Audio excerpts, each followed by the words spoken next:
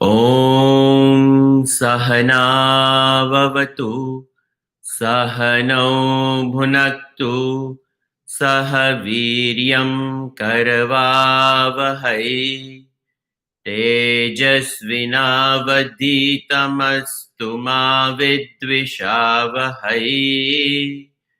Om Shanti Shanti Shanti. Shankaram Shankaracharyam Keshavam Badarayanam Sutra Bhashya Krutau Vande Bhagavantau Punah Punaha. Ishvaro Gururatmeti Murti Bheda Vibhagine Vyomavat Vyapta Dehaya Dakshinamurtaye Namaha. Samasta Janakalyane Niratam Karunamayam Namami Chinmayam Devam Sadgurum Brahmavidvaram.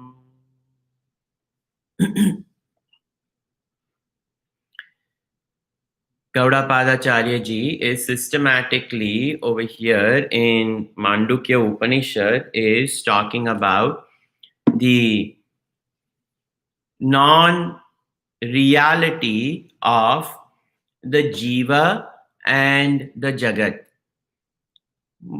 He established the non-reality of the jiva by the part and the part space example that the pot space is never created. When the pot is created, it is agantuka dharma. It just arrives by creating the pot. The pot space is as though created, but there is no creation of the pot space. Then he talked about the world by the example of dream, that just like the mind projects the dream, in the same way, the entire waking world is nothing but a projection. And Advaita, the absolute non-dual truth, is established, that non-dual truth can never create the jiva. The non-dual truth can never create this pluralistic world. Thus, the world has no existence, the world has no reality, and the world has no origination. Two things: the world has not originated.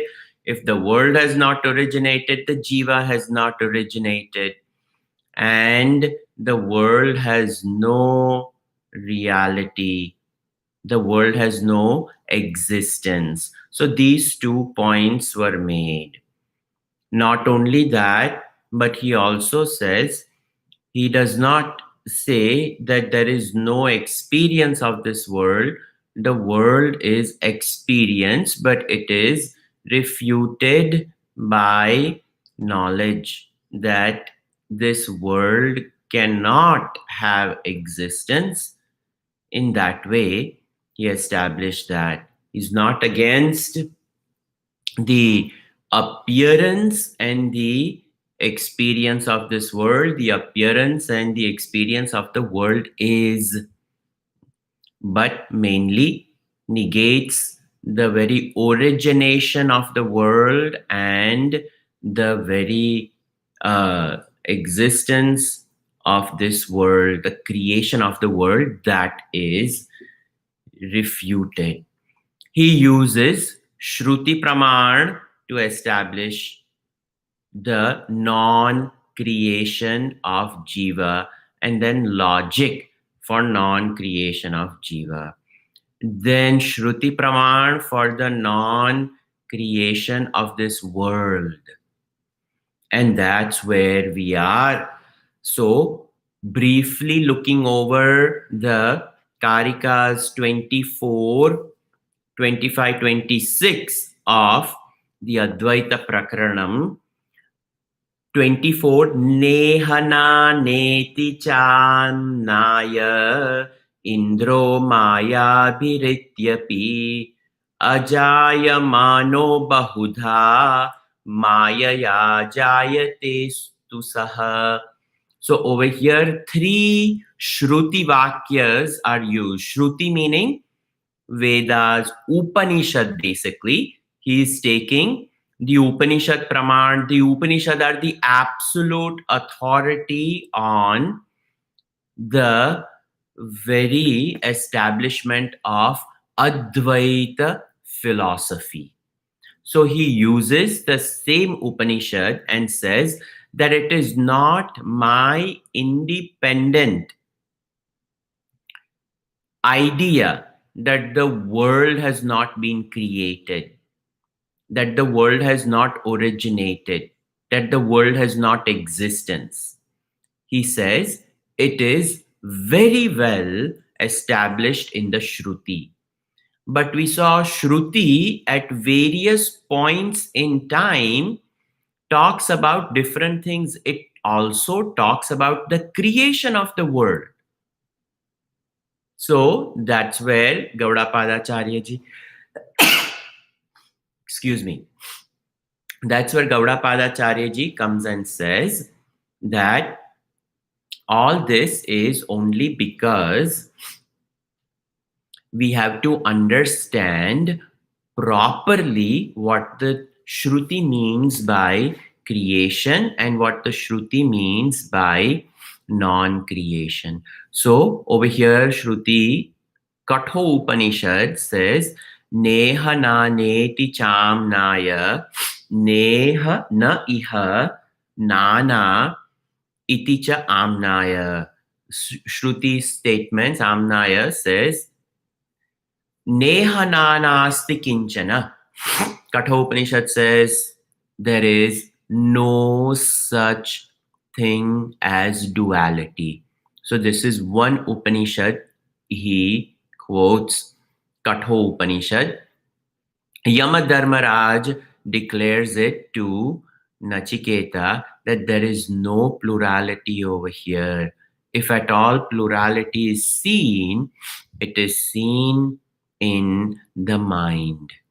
But there is no such thing as manyness. Na iha nana. Nana, manyness. So, na iha, no, over here, manyness is not there.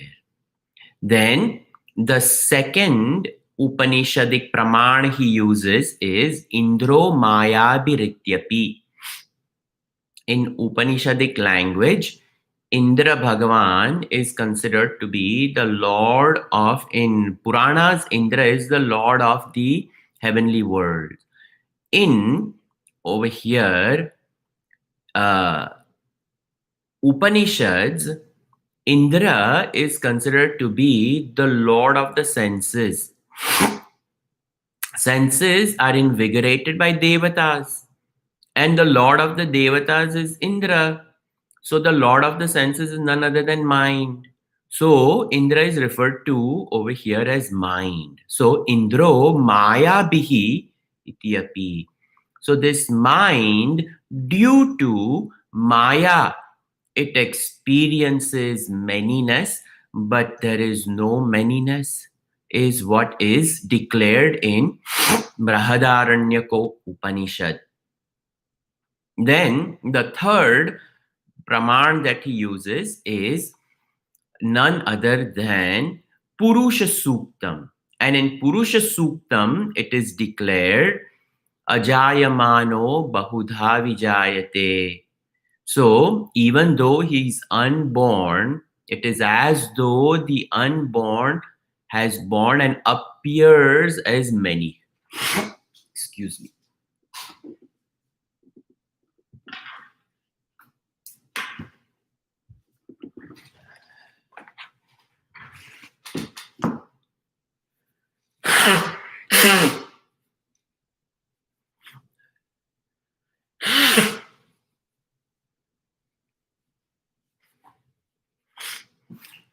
Apologies for allergies.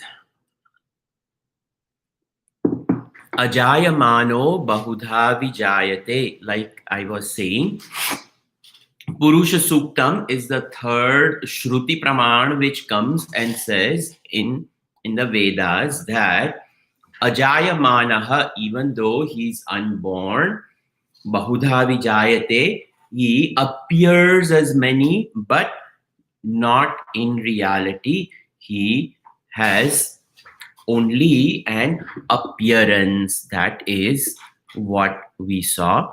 And Ajayamano Bahuda Mayaya Jayate Stusaha. By Maya, it is as though Jayate appears, born as manyness. Then the fourth Shruti Praman over here in Shloka number, Karika number 25, Sambhute Rapavadascha Sambhava Pratishidyate Konvenam Janayediti Karanam Pratishidyate. In Ishavasya Upanishad, this Hiranyagarbha is introduced as Sambhuti. Sambhuti is the Hiranyagarbha Upasana is talked about in the Upanishad, that may one lead one's mind to the total mind and resolve in the fact that the total mind is nothing but the projection of none other. The total mind is an appearance. It is like a projection, an appearance in Satyasya Pihitam Mukham. The covering of the Satya is this Hiranyagarbha, and that is the Upasana talked about over there. That let Hiranyagarbha be. What is Hiranyagarbha? The firstborn. What is the firstborn? It is said that Brahmaji, the total mind, is the firstborn from the Nabi of Mahavishnu. This is what is talked about over there. So, in here, Hiranyagarbha from Ishavasya Upanishad is talked about as creation, as though created, firstborn, but it is none other than the truth itself, which is covered by the Suvarna Patra, Satyasya Pihitam Mukham, Hiranmayena Patrena. So, in that way, the Hiranyagarbha Upasana of Ishavasya Upanishad is talked about that there is actually no creation, there is only absolute Satyam Eva. Then the fifth Shruti Praman is Konvenam Janayed Iti. This is another very famous statement made over here in the Brihadaranyaka Upanishad that other than Bhagavan, who else over here creates? Upanishad says that the cause for the origination of the world cannot be talked about. Why? Because cause means change. Change means modification. Modification means the original doesn't exist in its original form. And if truth is something which keeps on changing, how can it be called truth? How can it be called Satyam? So, with logic, systematically, it is said that truth is not, and so Brahman can never become the cause of this universe. But then, other than Brahman, there is nothing else. Other than Brahman, there is nobody else. So, who else other than Brahman can create, if at all, creation exists in the mind of the jiva? So it is said, who else? A rhetorical question is put, not to be answered, but the samadhan of this question has to be arrived at in our mind, that he has not created. The Jagat Karanam is not Brahman.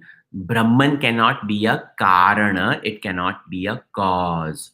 So the cause is negated by the statement, who indeed will create this world and this jiva? This is called Maya. It is an appearance that without any logic, without any Praman, it has an appearance. That's all. Out of Maya, we see water on the sands of desert. We cannot explain why. We can say that the vastness of the sand, it is an appearance. But then some see it, some don't see it. That's all. But there is no reality of the existence of water in the sands of desert. So in this way, the more that we try to question this creation, the more problem that we get into it of its mysteriousness. Creation remains mysterious, and that is over here, that is the reason why over here Gaudapadacharya ji says that the appearance of this world is, the experience of the world is, but the reality of the world is questioned. And upon questioning and logically, by one's own logic, one's own anubhuti, and by the praman of Shruti, the reality of the world is negated. The reality of the jiva is negated. This is called Maya Mula Vidya, because of which konvenam janayed iti karanam over here, other than who else can cause it into the emergence of birth, emergence of this arrival. So that is negated. Another, one more Shruti Praman he gives in Karika number 26.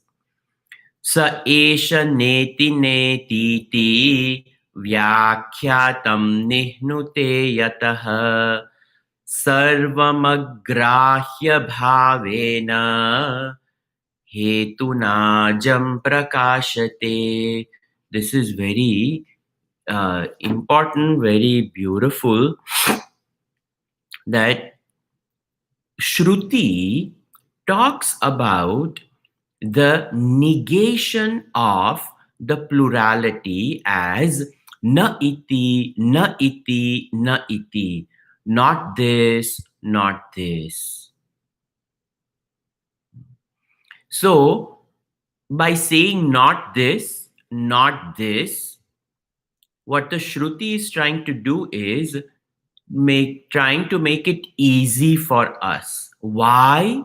Because here it is said, look at it, sarvam agrahya bhavena hetuhu hetuna ajam prakashate. This ajam, this unborn Brahman, this unborn self, this absolute turiyam, the fourth, chaturtham manyante sa atma, which is talked about, this vyakhya over here, the glossary of this karika on the seventh mantra, is what is so powerful.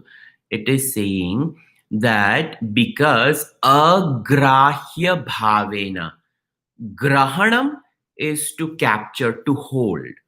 Like I hold this glass of water, I have held it physically. Now, when the mathematics teacher teaches the first, second grader, third grader multiplication and addition, the teacher shows 2 apples and then 1 apple and says, you add them, how many apples you have. And the student says, okay, I have 3. So the student comes up with this 3, that 2 plus 1, now it becomes 3 apples. So the child is grasping the concept of mathematics. Physically, the apples are shown. Now that same child grows up in the calculus class, it is said you use integral to find the volume of this structure. Now, the mathematics professor cannot physically demonstrate it, but systematically he will have to prove the arrival of the volume of this cup, and the concept has to be grasped. When double integrals and triple integrals and all these different difficult topics of topology, nonlinear theory, and all these things come, these are abstract concepts. But a concept is grasped. It is grasped by what? A thought. And the thought captures the concept, and the concept without a physical manifestation is understood. A theoretical concept is understood. That is called grahanam. So one is a physical grahanam, the other one is a buddhi grahanam. Atma is beyond this. That's why it is over here, it says, agrahya bhavena hetuna. Because of, on the account of Atma being agrahya, incapable of being grasped in a concept or physically as an objective reality, it is difficult to understand Atma. And because of that, Shruti comes up with na iti, na iti, na iti. Not this, not this, not this, because the concept of Atma itself is very difficult to grasp. Incomprehensibility of the Atma forces the Shruti to say that na iti, na iti. By saying na iti first time, it is removing the world of kshetra, objective reality. By saying it second time, it is removing the intellect's ability to grasp anything as a concept, as an idea, or as a thought. That's why neti neti. One neti is the objective reality. Second neti is what the intellect understands as this. All concepts, ideas, ideologies are negated. Thus, on the account of the incomprehensibility of the Atma, scriptures negate in such passages as na iti, all dualistic ideas, and thus the world is refuted. The world's origination and the world's existence is negated. That is what is meant, because this Atma is ajam prakashate, to shine, to make this Atma, to reveal this Atma as unborn, prakashate, it, to make it shine, na iti, na iti, na iti is talked about. So when the Shruti says na iti, logically it is negating this pluralistic world. This is Karika number 26. Sa esha neti netiti vyakhyatam nihnute yataha. The Shruti nihnute declares that it is not, it is not, it is not. Thus is established. Now, from this Karika 27, some logic is used. Now, Shruti Praman is over with these 6 different scriptural indications. Gaudapadacharya ji uses six of these main ideas from Upanishads and says Brahman is not the cause of creation. Brahman did not create the world. The world has no origination, the world has no existence. This is established over here by Shruti. Now, logic. With proper logic, that is called Mimamsa. Mimamsa, when proper logic is taken, when proper logic is used to negate, when proper logic is used to resolve different ideas presented in the Shruti, and when we are processing it for our better understanding, it has to make sense to us too. So it has to uh, withhold the test of logic. Just because Shruti says that the fire is cold, what is my mimamsa on it? What is my experience on it? What is my understanding of fire? And we realize that fire cannot be cold. Shruti may say it, so then we have to say, why did Shruti say it? There must be some reason for Shruti to say that fire, after having been burned and it disappears, perhaps the residual of the fire, the ashes, have now become cold. Could be. I'm just making a statement.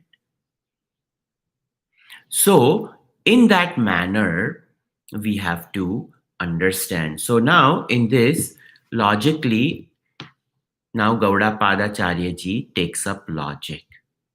Sato hi mayaya janma युज्यते न तु तत्त्वतः तत्त्वतो जायते यस्य जातं tasya hi jayate.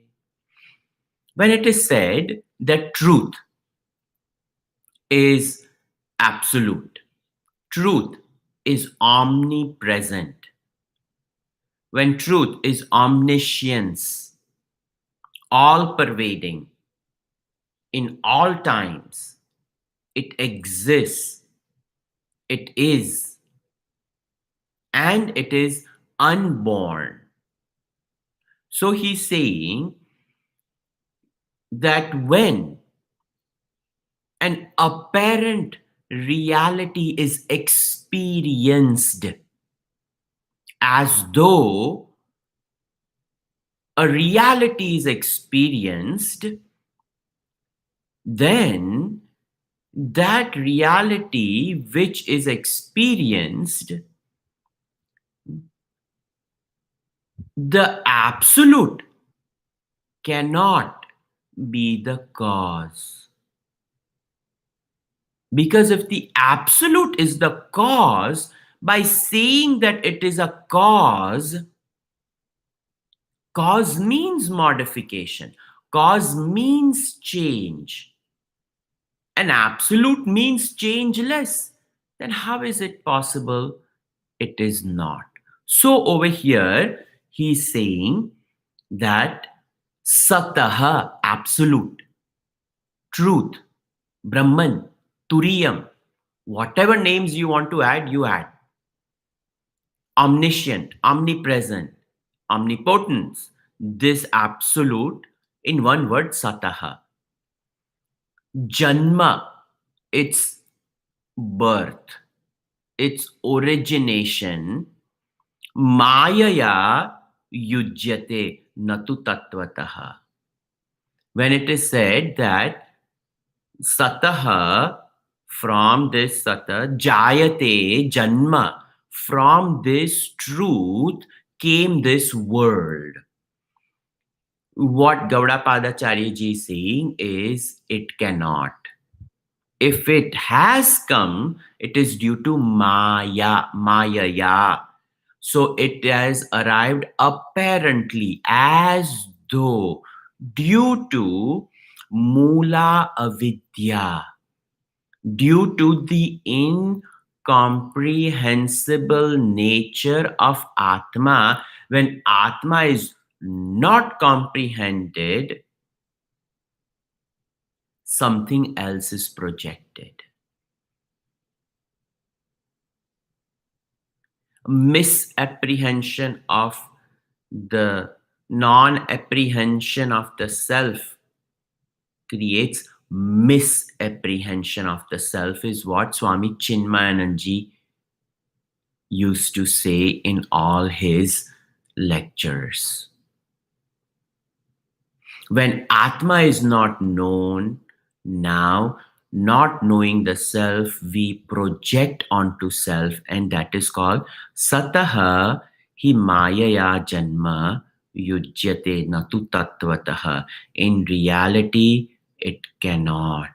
In reality, truth cannot be the cause of change. Because what is experienced is changed, is change. Changing world is our experience.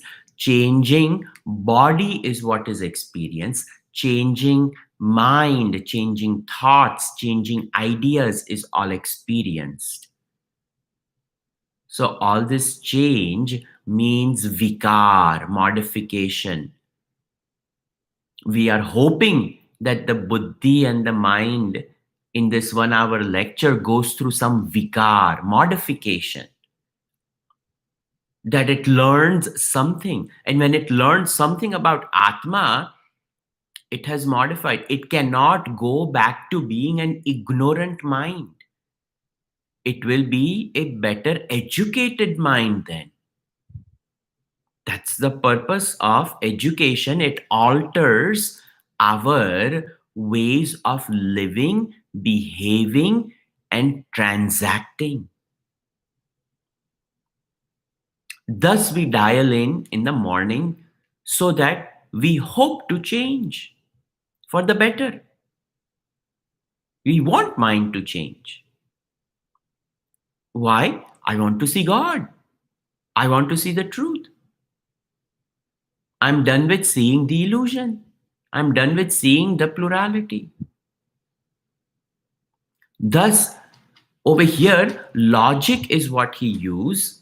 Tattvataha, in reality, jayate yasya jatam tasya hi jayate. He's saying over here that in reality,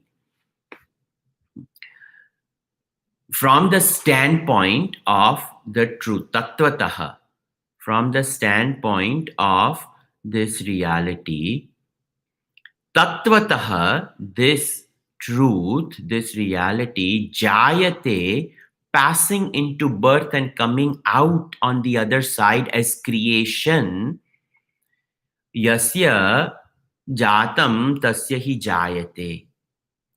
So what he's saying is those who yasya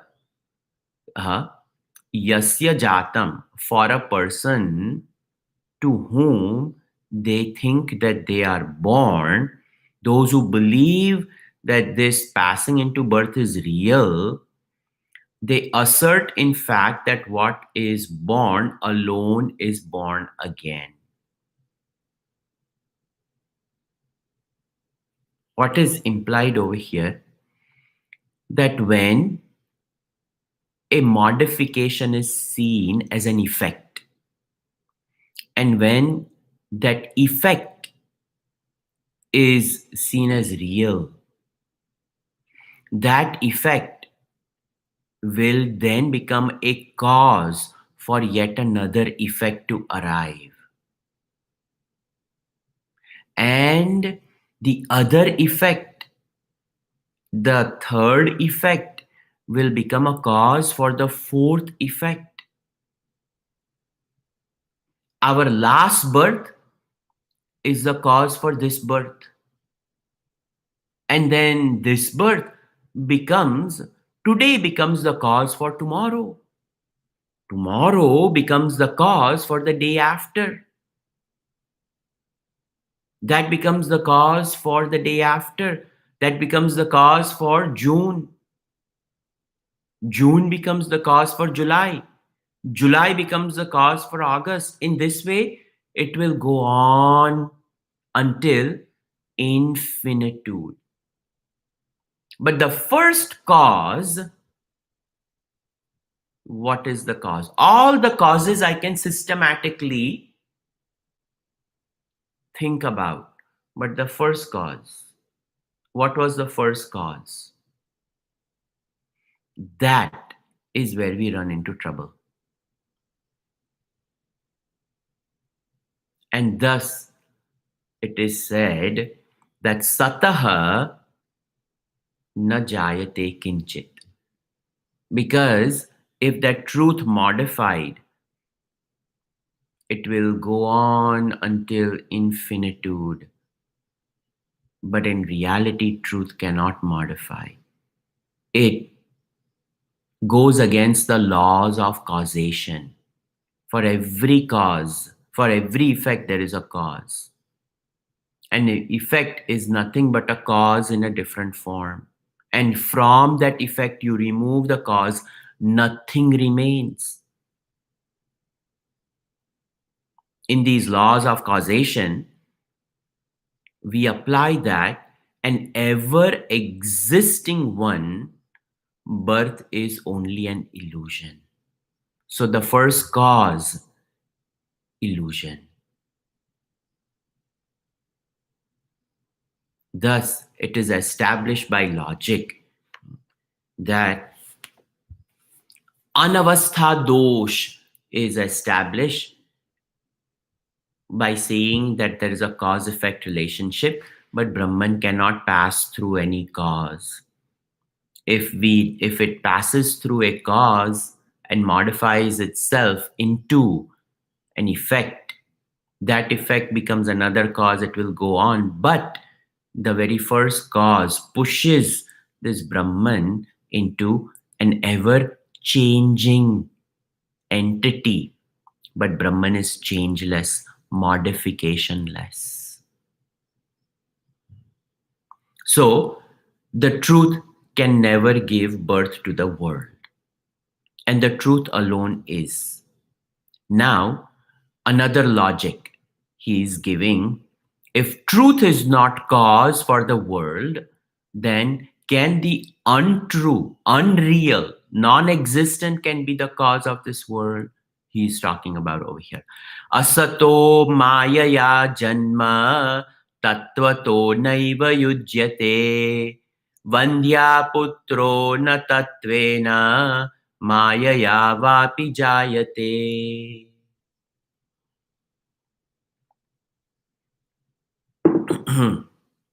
असतः मायया जन्म तत्वतः न युज्यते. Asatah, non-existent, through delusion, the unreal cannot be born either really or through delusion. Earlier, the truth was taken that the truth cannot be born. The truth cannot take birth into Satah hi mayaya janma yujyate natu tattvataha. Apparently, but not reality.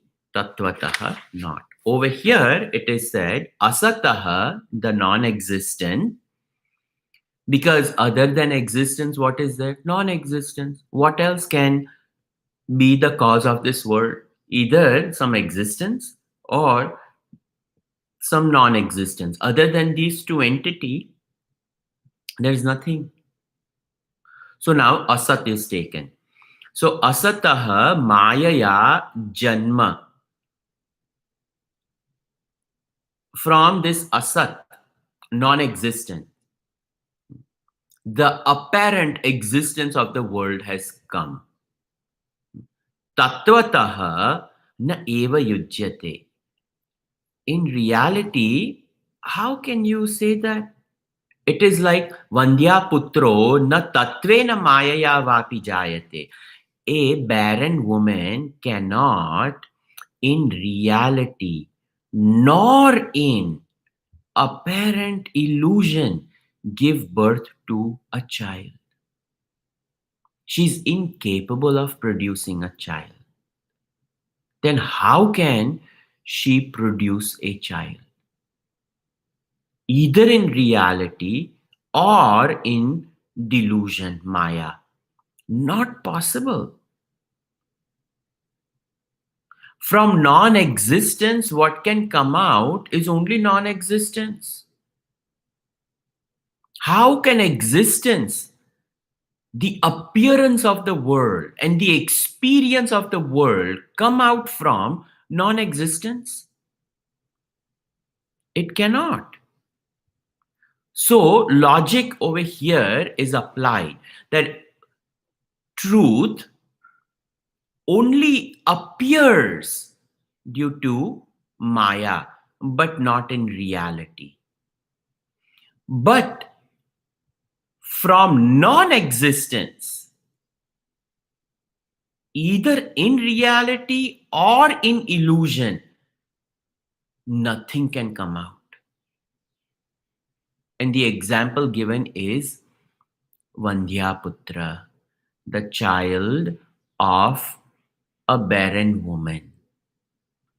She's called a barren woman because she's incapable of producing a child.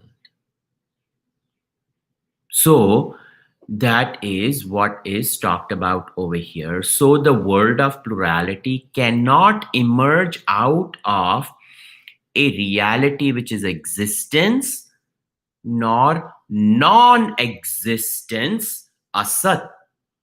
And by denying this effect as having arisen from any cause, we deny the very existence of the effect called the world. This is what in these two karikas Gaudapadacharya ji establishes. He gives another logic, another understanding. Yatha swapne dvaya bhasam spandate mayaya manaha. Yatha jagradvaya bhasam spandate mayaya manaha. Yatha, just like swapne dvaya bhasam, just like in dream,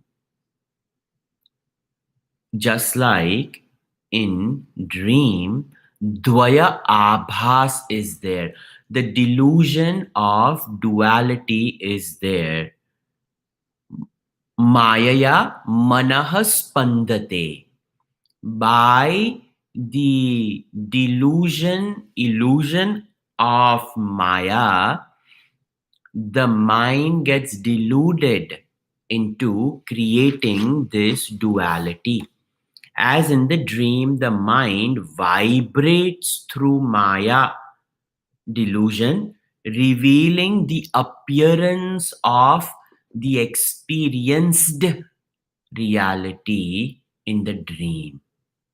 In the same way, tatha, in the same way, yatha was there, so now tatha, jagrat, in the waking, dvaya abhasam, mayaya manaspandate. The same mind in the dream state, out of the liquor of illusion, produces a reality apart from itself. And we call it a dream state. In the same way, the same mind in the waking state, having drunk the liquor of Maya, spandate, the mind vibrates out of it a waking world of illusion called Dvaita. Now he uses the example of the dream state, that the dream state produces a dream dual experience, that mind out of the intoxication of Maya does that. In the same way, in the waking state, out of the intoxication of Maya, the mind projects a dualistic world. This is what Gaudapada ji is saying, that it is projected. Continuing this, Karika number 30. Advayam chadvaya bhasam manaswapnena samshayah. Advayam chadvaya bhasam tatha jagranna samshayah. So what he's saying, this advayam manaha, the mind which is non-dual, swapne, in dream, dvaya abhasam na samshayah, that mind projects in the dream, there is no doubt about it. In the same way, over here, tatha advayam mana, the same non-dual mind, jagrat dvaya abhasam na samshaya. He's continuing that same thought, and now he's saying that it can be logically proved that one non-dual mind, by our own experience, when we go to dream, creates a fantastic experience of duality. That same mind, when it comes out of the liquor of dream and then drinks the liquor of Maya, now projects this waking world. Na samshayaha, there is no doubt about it. In the Turiya, the mind is falsified, the jiva is falsified, the jagat is falsified. In the dream state, in the Jagrat Avastha, mind alone is true, the dreamer is falsified, the dream world is falsified. In the waking state, the dream world is not, it is falsified by the waker. Who falsifies the dream world in the waking state? The waker. The waker says that there is no dreamer.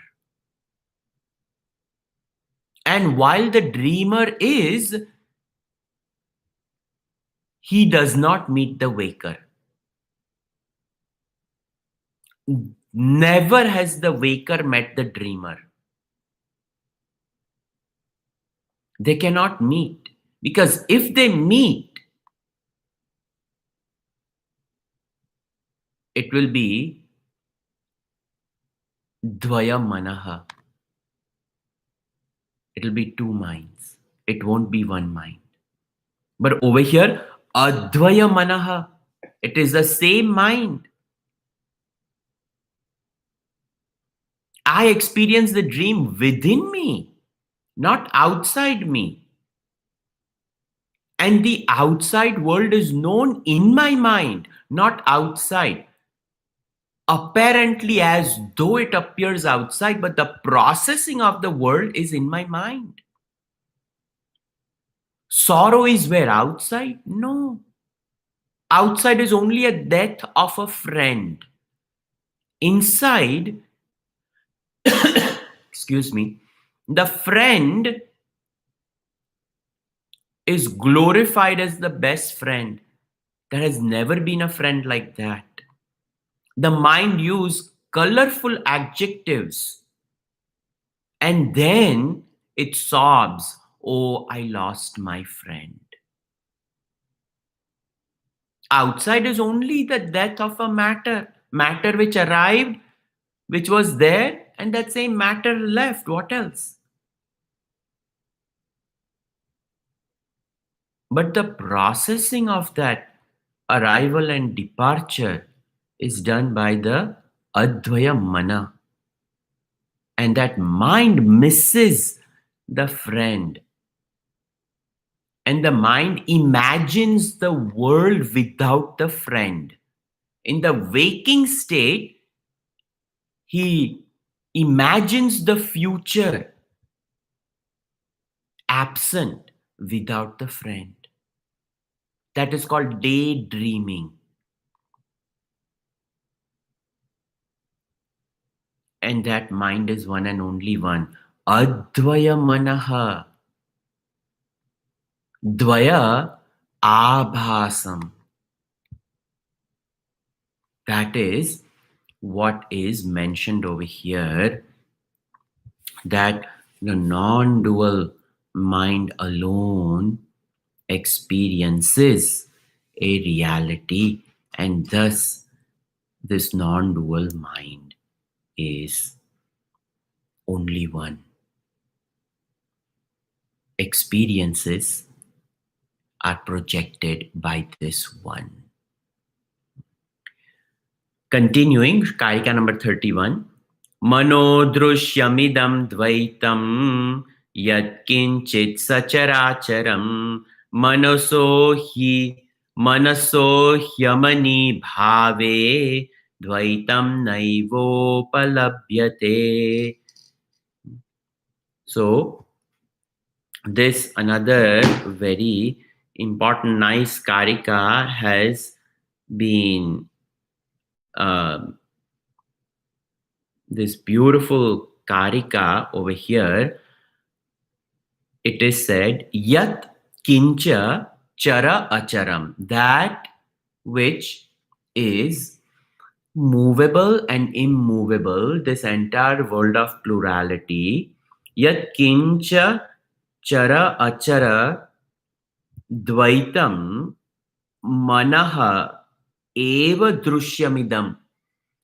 This entire world of duality of the sentient and the insentient object, created objective reality, is drishyam, is seen by the mind alone.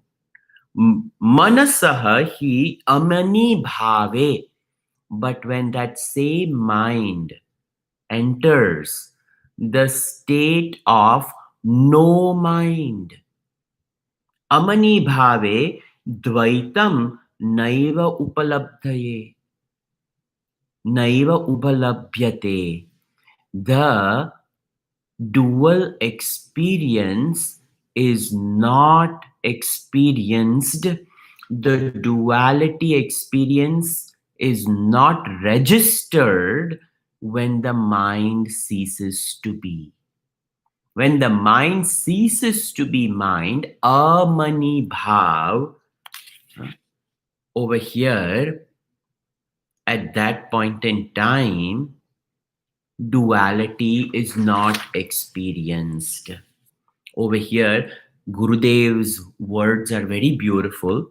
The state when the mind acts not, amani bhav, this is a chiseled expression of such an exquisite beauty, an ethereal harmony, that it defines translation. It defiles translation. Mana is mind. Amana is not mind. And amani bhav is equivalent to saying non-mindhood. The non-mindhood is Godhood. Looking down from the balconies of the non-mindhood, the imperfect world of the phenomenon cannot be available for perception. Beautifully, Gurudev has captured Amani Bhav. What is this Amani Bhav? We will now see this. It is a beautiful topic, and this brings us into sadhana portion of this karika. This ushers us into the spiritual practice, the Amani Bhav. Okay, we will meet on Tuesday.